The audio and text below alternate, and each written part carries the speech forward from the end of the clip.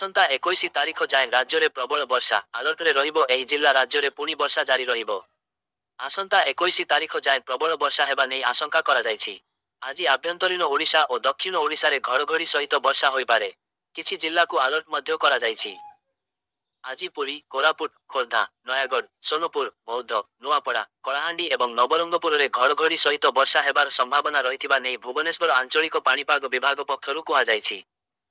ସେହିପରି ଆସନ୍ତାକାଲି କୋରାପୁଟ, ରାୟଗଡ଼ା, କଳାହାଣ୍ଡି, କନ୍ଧମାଳ ଏବଂ ଗଜପତିରେ ପ୍ରବଳ ହେବା ନେଇ ପାଣିପାଗ ବିଭାଗ ପକ୍ଷରୁ ପୂର୍ବାନୁମାନ କରାଯାଇଛି।